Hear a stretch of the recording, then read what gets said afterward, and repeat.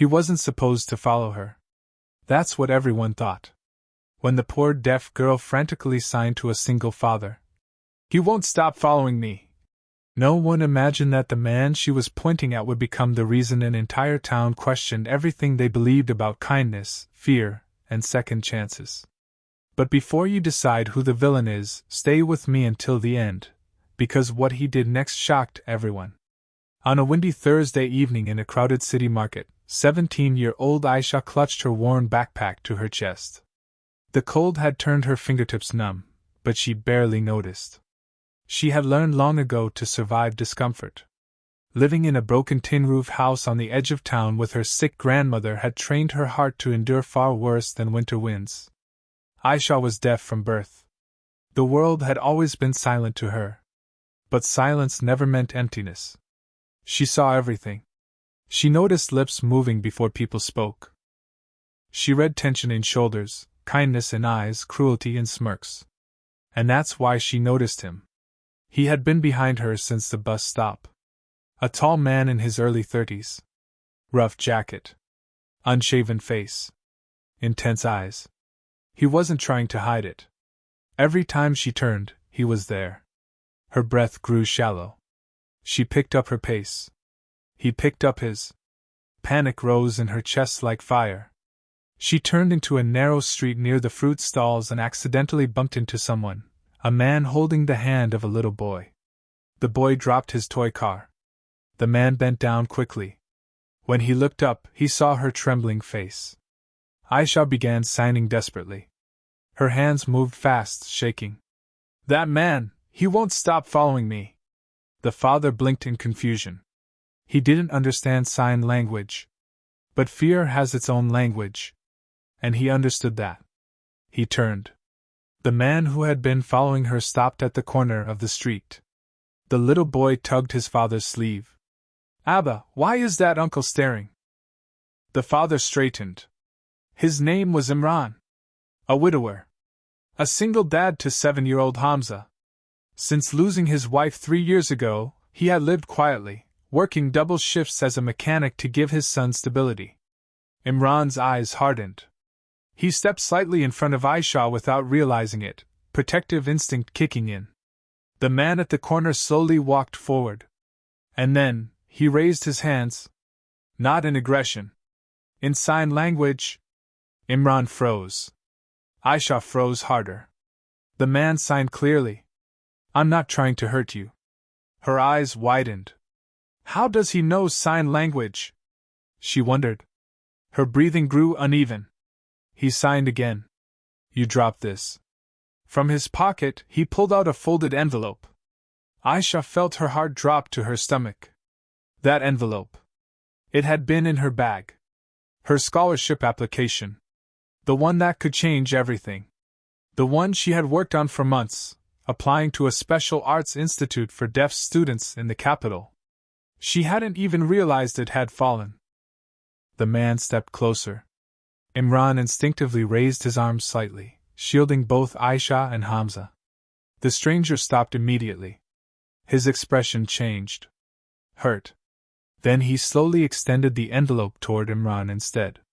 Imran hesitated. Aisha gently stepped forward, hands trembling. She signed softly to the stranger. "Why didn't you call me instead of following me?" The man paused. Then signed something that made her knees almost give out. "Because you can't hear me." Silence swallowed the street. Imran's heart pounded. Something about the man's expression didn't match a predator. It looked desperate. The man signed again. "My name is Faraz. I teach at the Deaf Community Center. I recognize your name on the envelope." Aisha's mind raced. She had submitted volunteer artwork there months ago. He continued. "You're extremely talented." She stared at him, confusion and fear mixing. Then he signed something that made her step back in shock. "Your grandmother collapsed this afternoon." Everything inside her shattered. "What?" Imran asked instinctively. He couldn't understand the signs, but he saw her face drain of color.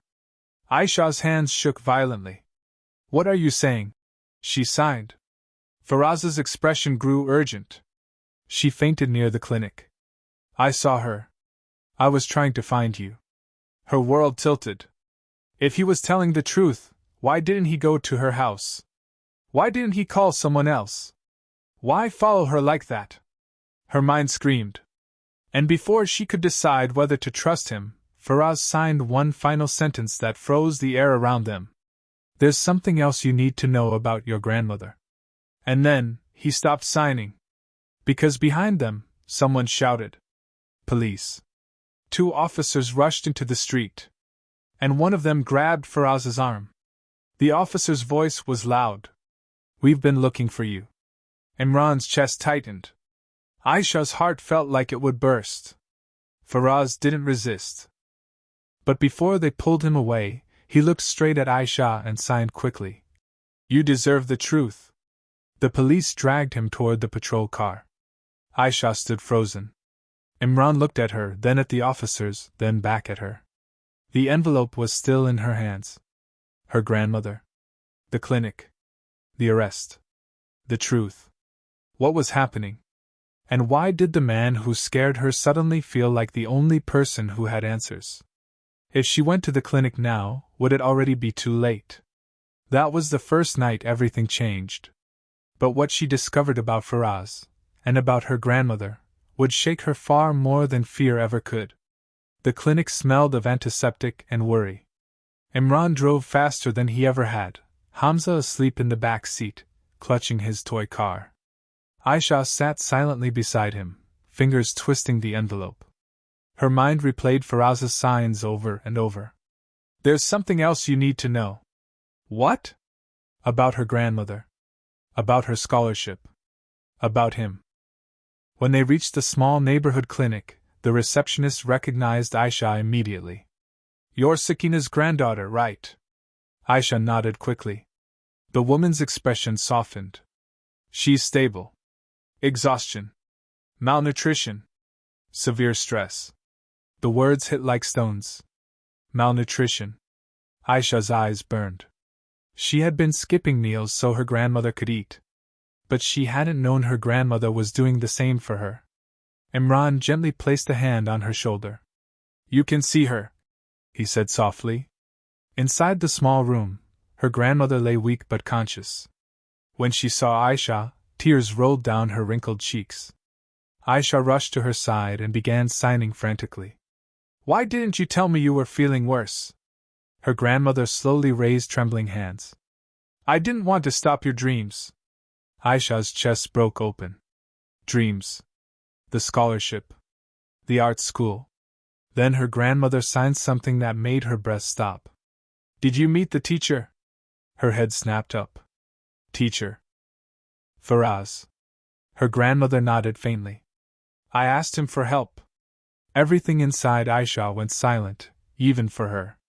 You asked him. Her grandmother closed her eyes, gathering strength. You're talented. But we have no money. I went to the deaf center. I asked if anyone could guide you. The pieces began to align. Faraz knew her name.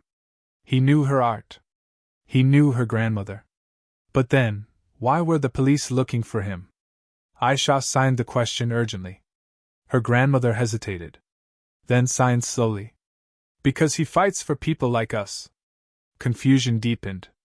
Imran watched silently from the doorway, feeling like he was witnessing a conversation that carried more weight than words. Her grandmother continued. He exposed the funding theft. Aisha frowned. Funding. Her grandmother explained in broken signs. The Deaf Community Center had received government money to support poor deaf students. But the director had been secretly stealing it. Faraz had found proof. He had reported it. And ever since, powerful people wanted him quiet. Aisha's stomach dropped. The police weren't protecting people. They were silencing him. And she remembered the officer's tone. We've been looking for you. Not angry. Desperate. Her grandmother grabbed her wrist.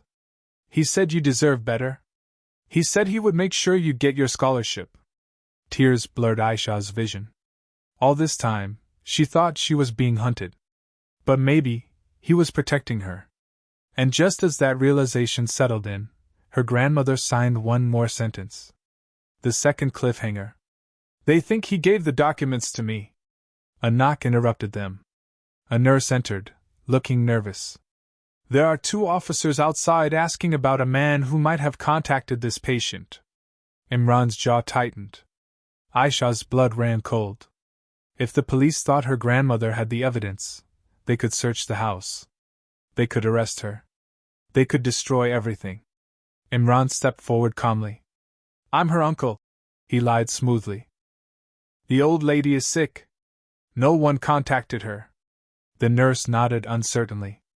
Aisha looked at Imran, this man who had no obligation to help her, yet stood there shielding her again. Why? Because he had seen fear in her eyes earlier. Because he knew what it felt like to protect someone vulnerable. Her grandmother squeezed her hand again and signed urgently. The envelope. Aisha looked down at it. Her scholarship application. But inside, there was something thicker than paper. Her hands trembled as she slowly opened it. And hidden behind her artwork pages was a small flash drive taped carefully to the back. Her heart stopped. Faraz. He had slipped it inside. He wasn't returning her envelope. He was hiding something inside it. Something dangerous. Something powerful. Imran noticed her expression change. What is it? He whispered. She looked up at him, panic and realization flooding her face. And she signed only 2 words, though he couldn't understand them. Evidence file. At that exact moment, the clinic lights flickered. Outside, the police voices grew louder. And in the corridor, footsteps approached their room. If they found that flash drive, everything would collapse. What Faraz did next from inside that police car would shock everyone even more. And Aisha would have to decide whether she was brave enough to risk everything for the truth. The footsteps stopped outside the hospital room. Aisha could see their shadows under the door. Imran felt the tension in the air even without understanding the conversation. He looked at her pale face, at the envelope in her trembling hands, and then at the door. Knock. Open the door. Imran didn't hesitate. He slipped the envelope from Aisha's hands and slid it under Hamza's small pillow on the visitor couch. Then he opened the door calmly. 2 officers stood there. We're looking for a man named Faraz, one said. We have reason to believe he contacted this patient. Imran shook his head. My aunt collapsed. We came straight here. No visitors. The officers glanced past him at Aisha and her grandmother. The old woman looked weak, fragile, harmless. One officer stepped inside anyway. Aisha's pulse thundered in her ears, or at least she imagined the sound. She clutched her grandmother's hand tightly.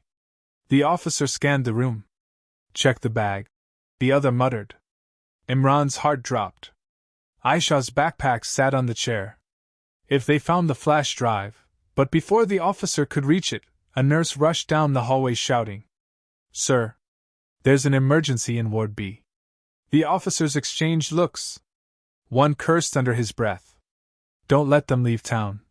The taller one warned Imran, pointing between him and Aisha as if they were criminals. Then they left. The door shut. For a long moment, no one moved. Imran exhaled slowly. Aisha felt her knees weaken. She rushed to the couch and pulled the envelope back out. The flash drive was still there. Safe. But for how long? Across town, in the back of the police vehicle, Faraz sat with his hands cuffed. He looked calm. Too calm. The younger officer in the front seat glanced at him through the mirror. You really think you can fight people that powerful? Faraz didn't answer immediately. Then he signed deliberately, knowing the officer didn't understand. Truth doesn't need permission. The officer scoffed. You're finished. Faraz leaned his head back. Was he? He had already sent copies of the evidence to one place.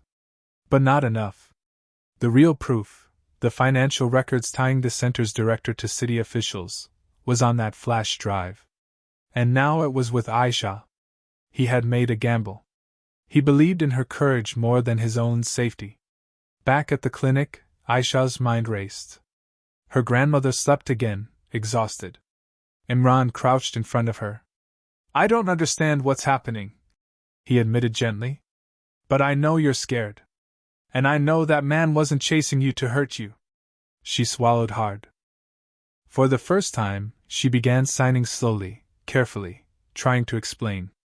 Imran didn't know sign language, but this time he didn't look confused. He watched her hands. He watched her face. He understood enough. Someone stole money meant for deaf children. Faraz exposed it. Police were involved. Flash drive equals proof. Danger. Imran leaned back, processing. Then he surprised her. We're not giving that to the police. Her eyes widened. He continued. If they wanted justice, they wouldn't be threatening sick grandmothers. Aisha stared at him. Why was he helping? He looked toward the hallway where his son slept.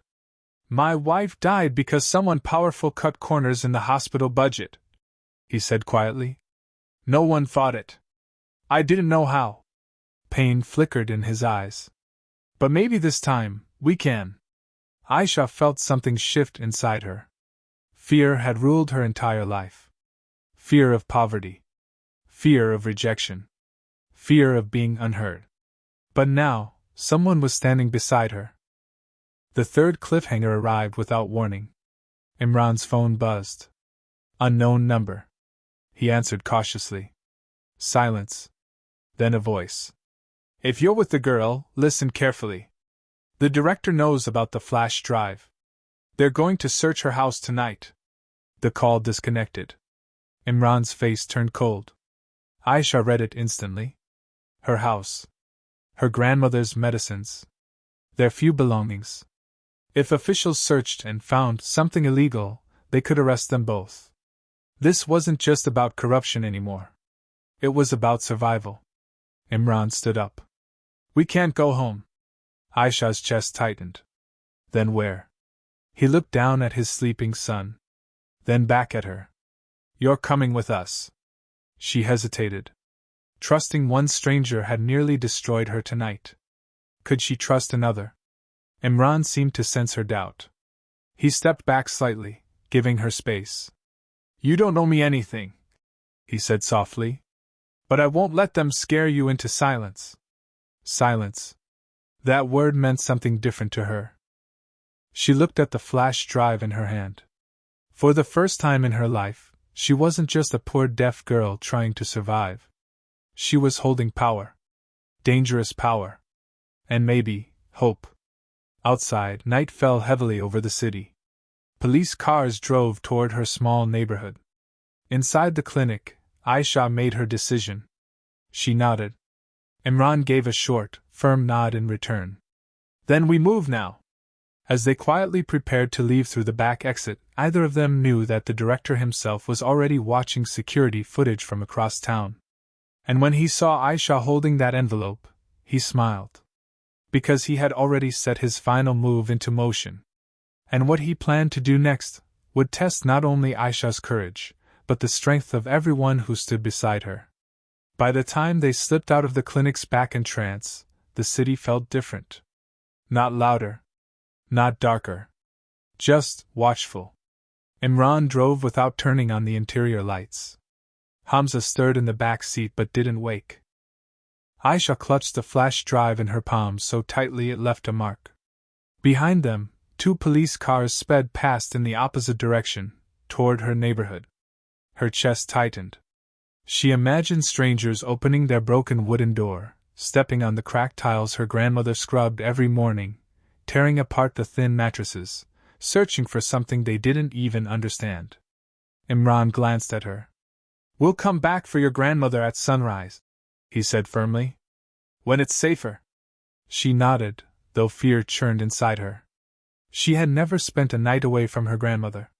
Never slept in a house that didn't leak when it rained.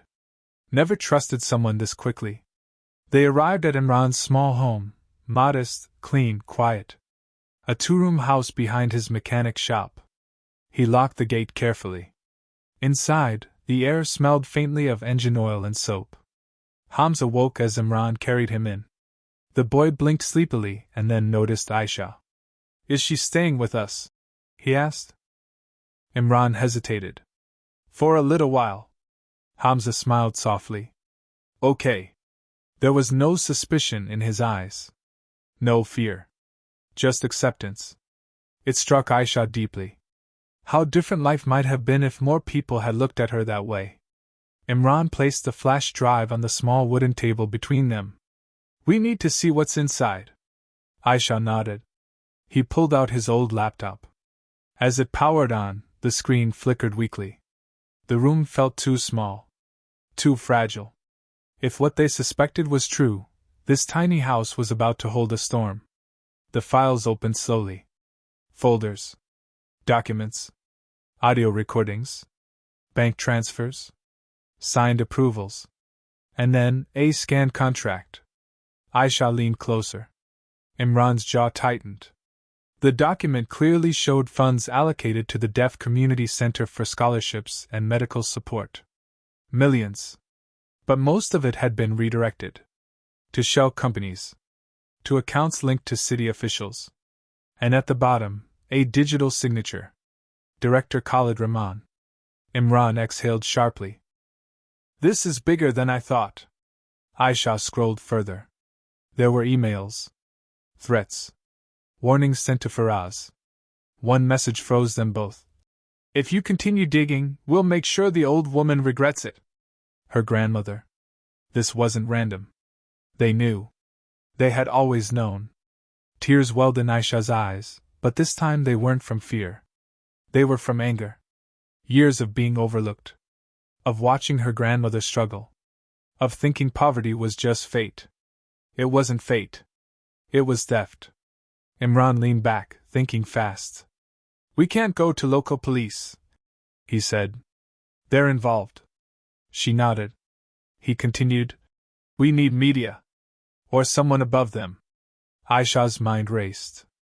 The Scholarship Institute. The capital. If this funding scandal went public, it would expose everything. But how?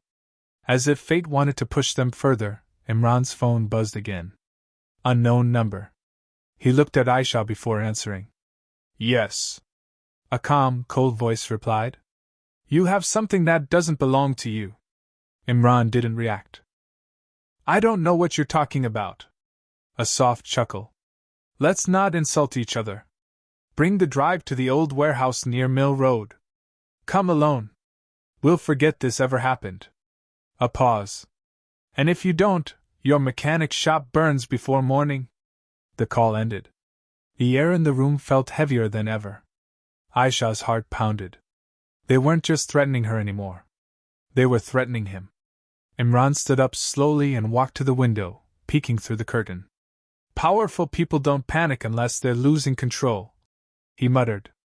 Aisha shook her head quickly. She signed firmly. Don't go. He looked at her hands carefully. He was beginning to understand more than he realized. I'm not handing it over, he said. But we might use the meeting. Her eyes widened.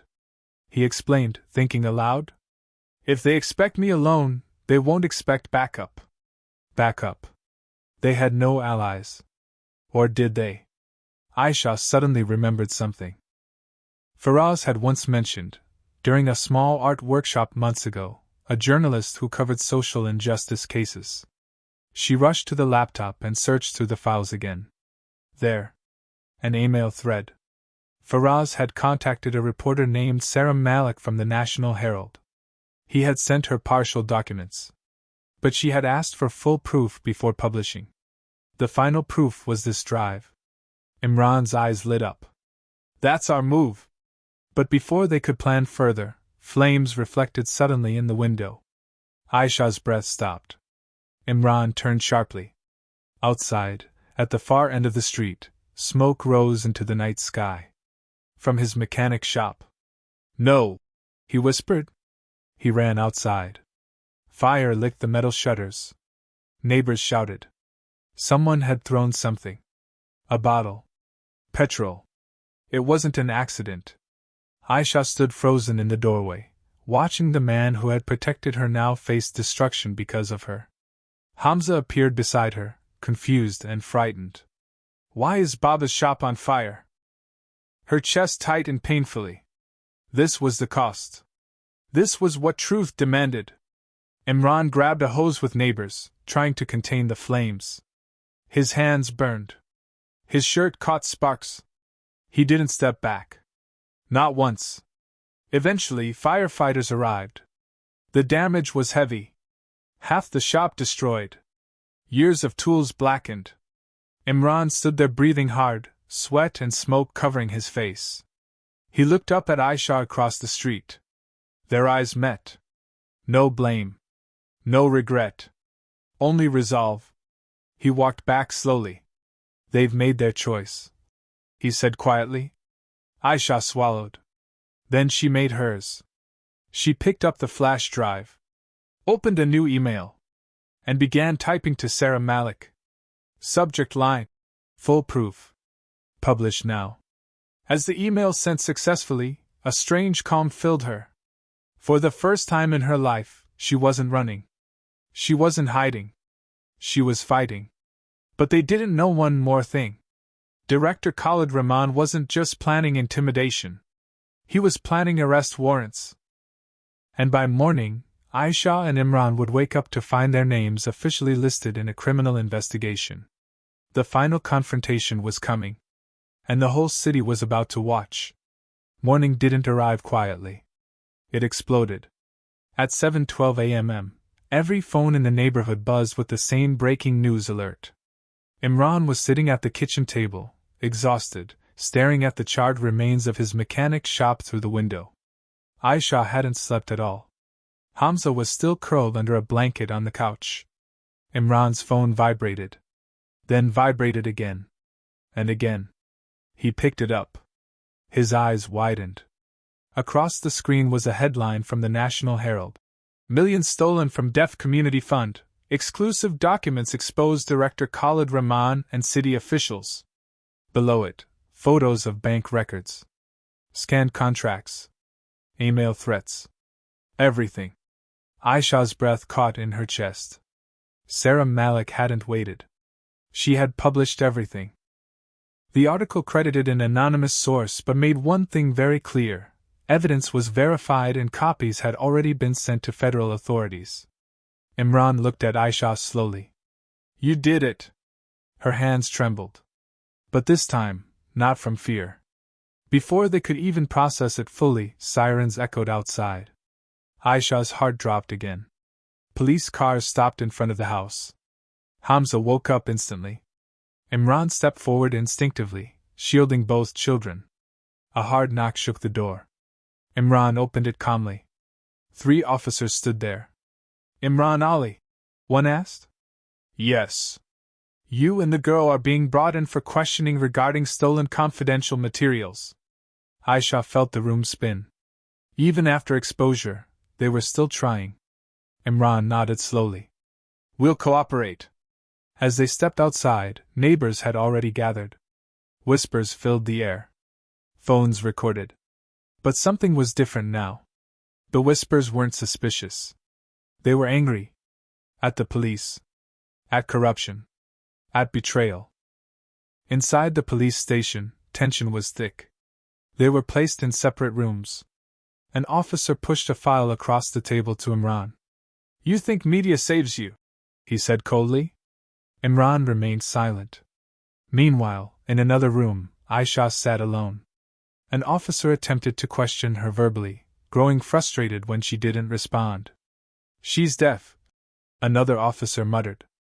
The first officer slammed his hand on the table. This stunt will ruin you. Aisha looked up slowly. Then she did something that shocked them. She smiled. Because at that exact moment, outside the police station, a crowd was forming. Members of the Deaf Community Center. Parents of children who never received scholarships. Local activists. And reporters. Cameras pointed at the entrance. Sarah Malik herself stood at the front, speaking live. Sources confirm federal investigators have arrived in the city this morning. Inside, an officer rushed down the hallway. They're here. The room shifted instantly. The tone changed. Doors opened. Phones rang. Director Khalid Rahman was escorted into the building from another entrance, not as a visitor, but in handcuffs. Aisha saw him through the hallway window. His confident smile was gone. His eyes met hers briefly. And for the first time, he looked afraid. Federal investigators entered the interrogation rooms one by one. Badges flashed.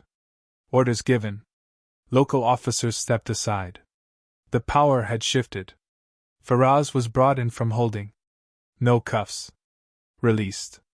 When he saw Aisha in the hallway, his eyes softened with quiet pride. He signed to her from across the room.